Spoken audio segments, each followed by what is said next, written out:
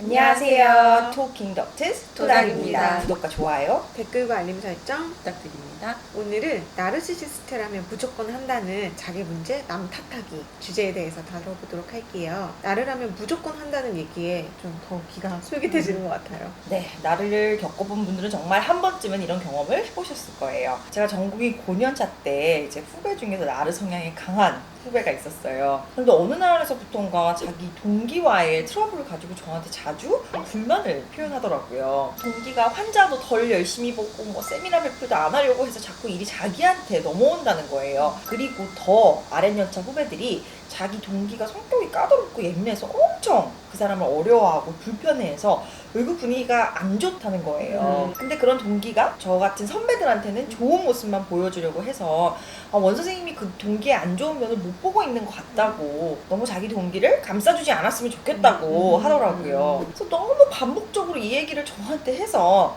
제가 좀 자세한 뒷조사에 들어갔죠. 그래서 다른 후배들 일부러 뭐 술 한잔 사주면서 그 나루 후배와 그 불평을 했던 대상인 동기에 대해서 막 물어보고, 병동 간호사 분들에게도 얼마나 그 둘이 환자 열심히 면담해주고 있는지 막 물어보고, 실제는 발표는 어떤 비율로 하고 있는 등등 알아봤는데, 다들 조금 예상은 하셨겠지만 실제 상황은 그 나루 후배가 저한테 얘기한 정 반대더라고요. 오히려 그 동기가 환자분들 훨씬 더 자주 길게 열심히 보고 있었고, 발표도 거의 나루 후배보다 뭐 1.5배가량 하고 있었고, 후배들도 그 동기를 엄청 더 따르더라고요. 제 나루 후배를 막 싫어하고 불편해하고. 왜냐? 그 나르니까 후배들을 막대하고 일내리고 무시하니까. 그래서 얼마나 황당했겠어요. 그래서 이놈아가 왜 나한테 왜 대놓고 이런 거짓말을 했지? 그냥 가만히만 있었어도 내가 이 상황을 그냥 몰랐었을 텐데 굳이 왜 나한테 여러 번 찾아와서 얘기를 했지? 그래서 그 나루 후배를 불러서 돌려서 말을 했죠. 내가 여러 사람들과 얘기를 나눴는데 너가 인지하고 있는 상황이 조금 다른 것 같다. 그랬더니 그 나루 후배가 정말 진심으로 억울해하면서 눈물까지 글썽이면서 내가 잘못 알고 있는 거라고 막 하소연을 하더라고요. 그래서 그때 느꼈어요. 얘가 진짜 자기가 동기보다 일을 더 열심히 하고 잘하고 후배들이 자기를 더 좋아한다고 믿는구나. 정말 당황스러웠죠. 그래서 오늘 얘기 드릴 나르들의 자기 문제 남 탓하기는, 나르 본인이 알면서 자기의 문제를 상대방 문제처럼 의도적으로 거짓말하는 그런 경우가 아닌, 물론 그런 경우도 있지만 오늘 영상은 그런 경우가 아닌, 본인이 정말 그렇게 믿어서 자신의 문제를 상대방 문제라고 의식적인 수준에서 정말 인식을 해서 그런 경우를 얘기 드리는 영상입니다. 원쌤, 근데 뭔지 알겠네요. 선생님 후배가 제 선배 그분이잖아요. 자기가 일을 못하고 업무 능력 떨어지고 주위 사람들에게 인기가 없다는 것을 도무지 막 스스로 인정하기가 어려워서 그런 안 좋은 면들이 자기와 가장 비교가 많이 되는 동기에게 있는 안 좋은 면들이라고 투사했다는 거잖아요. 네, 맞아요.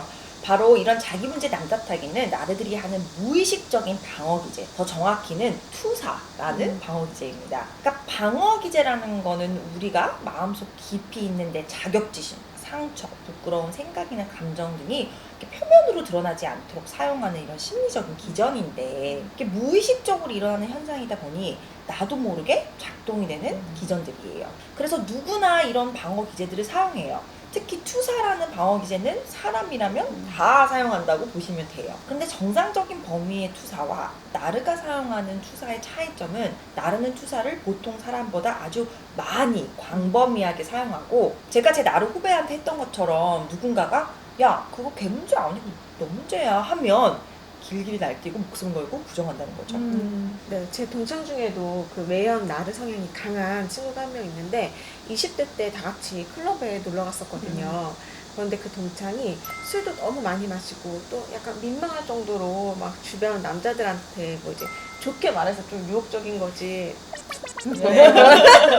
행동들을 하더라고요. 그런데 좀 슬픈 거는 주위 남자들이 호응을 이제 안 해주고 근데 반면에 이제 얼굴이 예쁜 제 다른 동창은 가만히 앉아 있는데도 이제 남자들이 막 와서 말을 걸고, 그렇게 해서 다들 와 역시 이러면서 이제 부러워했었거든요. 근데 정말 당황스러웠던 게, 다음날 나르 동창을 이제 포함해서 몇 명이 해장을 한다고 이제 모였는데, 그 외연 나르 동창이 식사 자리에 없었던 그 예쁜 그 동창 뒷담화를 엄청 하는 거예요. 걔는 옷도 너무 야하게 입었고 또 다리도 막 꼬가 앉아있는 모습이 좀 너무 해퍼 보였다. 그리고 여자가 자존심이 있지. 남자들이 전화번호 달라고 한다고 어떻게 한 번에 번호를 알려줄 수 있냐. 뭐 이런 식으로 뭐 같이 간 멤버로서 자기 좀 많이 민망했다. 정말 막 침을 튀기면서 열을 내더라고요. 거기 있는 사람들이 실은 본인 때문에 엄청 민망했던 거는 모르고, 그런데 원선 얘기 들어보니까 자기가 클럽에서 매우 적극적인 자세를 막 취함에도 불구하고 인기가 없었다는 게 그 친구로서는 되게 자존심이 상하고 속상했던 나머지 그 인기 많은 친구에게 자기 불편한 감정들을 마구 투사를 했던 것 같아요. 제 환자분도 남편이 나른데 환자분이 정말 좋은 일이 있어서 기분이 좋은 날에도 남편이 그렇게 당신 왜 이렇게 기분이 안 좋아? 당신이 다운되어 있으니까 나도 정달아 기분이 나쁘잖아. 왜 이렇게 짜증이 나고 화가 나 있어? 내가 너무 불편하잖아. 이렇게 얘기를 하는 경우가 많았대요. 근데 그 상황에서 실제로 짜증이나 화는 남편 본인이 다 내고 있는데, 그러니까 본인이 기분이 안 좋고 화가 나 있는 건데 괜히 애꿎은 부인이 그렇다고 덮어 씌웠던 거죠. 또 어느 날부턴가는 요즘 나한테 왜 이렇게 무관심해졌어? 왜 이렇게 냉랭하고 나를 잘 안 챙겨줘? 당신이 이러니까 내가 너무 외롭잖아. 이렇게 얘기를 하기 시작했대요. 그런데 제 환자분은 막상 달라진 게 하나도 없는데 그래도 하도 나를 남편이 징징대니까 의식적으로라도 더 따뜻하게 대해주고 하나라도 더 챙겨주고 그랬대요. 근데도 계속 비난이 지속됐다는 거예요. 근데 악불사 6개월 후에 남편이 1년간 외도를 하고 있다는 사실을 알게 되신 거예요.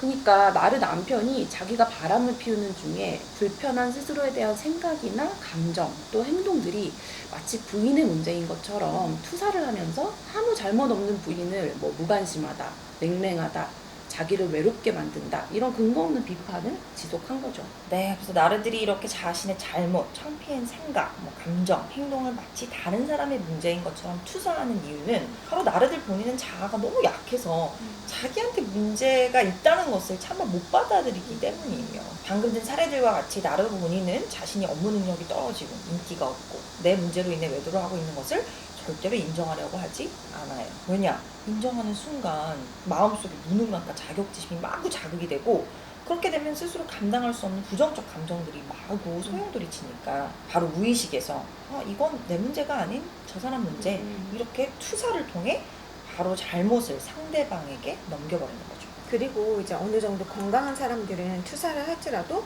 만약 누군가가 알려주면 그 말을 들으려고 하고 인정을 하려고 노력하고 앞으로는 안 그러려고 이제 의식적으로라도 노력을 하잖아요. 제 친구 중에 이제 성격이 참 좋고 또 이제 착한 애가 있는데 부모님 사업이 중간에 잘 안 되셔서 경제적으로 좀 어렵게 자란 친구예요. 그런데 같이 모이는 친구 중에 집안이 매우 부유한 그런 친구가 있었어요. 제 성격 좋은 친구가 근데 저한테 그 집이 잘 사는 친구가 자기를 좀 불편해하는 것 같다고, 좀 자라온 환경이 달라서 그런지 자기를 그닥 좋아하지 않는 것 같다고 그렇게 이야기를 하더라고요. 그런데 제가 가만히 옆에서 보니까 그 집이 부유한 친구는 제 친구를 꽤 가깝게 생각을 하고 늘 만날 때 같이 만나자고 하고 그러더라고요. 그래서 제가 되짚어 생각을 해보니까 착한 이 친구가 가족 전체가 돈 때문에 이제 고생을 많이 했다 보니까 약간 잘 사는 그 친구에 대한 좀 불편감이 어렸을 때부터 조금 있었거든요. 그래서 제가 이제 좀 조심스럽기는 하지만 저 친구라면 꼬아서 받아들이지 않을 것 같아서, 그 친구는 얘기해보니까 너를 참 많이 좋아하던데 이제 오히려 너가 그 친구가 불편해서 그렇게 느끼는 것은 아닌지 모르겠어, 이렇게 이야기를 해줬어요. 처음에는 조금 당황하더니 자기가 좀 생각해보겠다고 하고 며칠 후에 그런 부분도 있었던 것 같다고 그렇게 얘기를 해줘서 고맙다고 저한테 이야기를 하더라고요. 그래서 지금은 셋이 모두 이제 친하게 잘 지내고 있답니다. 네, 그래서 나르에게 이런 투사를 당하는 당사자는 정말 너무 괴롭죠. 나는 정말 하나도 안 그런데 자꾸 뭐 상대방이 너 화나 보인다, 짜증나 보인다, 냉랭하다, 게으르다, 나 무시하냐, 관심을 안 준다, 반복적으로 비난하면 얼마나 억울하고 답답하겠어요. 그런데 반전이 있어요. 나를 이 투사를 오히려 당하는 상대가 역이용할 수 있다는 사실을 꼭 알려드리고 싶었습니다. 이런 투사 자체가 무의식적인 것이다 보니까 나르 본인도 인지를 그냥 잘 못하고 있어요. 상대방을 조종하기 위해서 나르는 곧잘 자기 생각이나 감정에 대해서 거짓말하고 솔직하게 드러내지 않는 경우가 많은데, 바로 이런 투사를 하고 있는 상태를 상대방이 잘 알아차리면 나르의 어두운 꿍꿍이 속을 당사자보다도 더 일찍 알아차릴 수가 있는 거죠. 예를 들어 나르 친구가 나는 정말 하나도 안 부러운데 내가 요즘 너무 잘 돼서 너가 나 불편해할까봐 걱정했었어 하면 제가 날 좀 질투하는구나 하고 미리 알아차리고 조심할 수 있고, 나를 상사가 회식 중에 정말 부적절하게 너 술 마시니까 좀 흐트러지는 것 같아, 상대방 오해하지 않게 잘 처신해야겠어 하면 저 상사 앞으로 회식 자리에서 조심해야겠다 미리 경계하고 조심할 수 있고, 나를 부모가 넌 학벌도 별로 직장도 별로 이류 인생 그렇게 살아서 뭐하니 이렇게 비난을 하면 우리 부모님이 본인 인생에 대해서 저렇게 생각하는구나, 이건 내 문제가 아닌 부모의 문제야 라고 나의 마음이 다치지 않게 좀 보호할 수 있는 거죠. 그래서 나는 정말 그렇게 전혀 안 느끼는데 주위 나를 누군가가 자꾸 내가 어떻게 생각하고 느끼고 행동하는지 터무니없이 나를 비난하면 투사를 하고 있구나 꼭 인지하시고 미리 나의 심리 상태를 알아차려서 거기에 동요되지 마세요. 그리고 그런 투사를 당했다고 나르에게 나 절대 아닌데 너가 그렇게 느껴서 나한테 투사하는 건데 하면 안 되겠죠. 왜냐? 무의식적으로 일어난 자신의 무능감과 자격지심을 감추기 위해 하는 투사에 대해서 나르시시스트는 절대로 인정하지 않을 것이고, 오히려 자신의 방어 기제를 건드리면서 자신에게 부정적인 감정들을 일으키는 상대방을 엄청나게 공격하고 분노 폭발할 수 있어요. 그러면 당연히 상대방은 불필요한 에너지를 또 나르에게 더 뺏기게 되겠죠. 그래서 나르가 나한테 투사를 해서 내가 억울하게 당하는 상황에서는 나는 정말 그렇지 않은데 너가 그렇게 느끼나 보구나, 그 이유가 궁금하네 이러면서 미소를 띄운 채 자리를 떠나세요. 네, 오늘도 저의 영상이 도움이 되셨다면 구독과 좋아요, 알림 설정을 통해서 더욱더 많은 유익한 영상들을 접해보시기 바랍니다. 오늘 토킹은 여기까지. 토닥입니다. 감사합니다.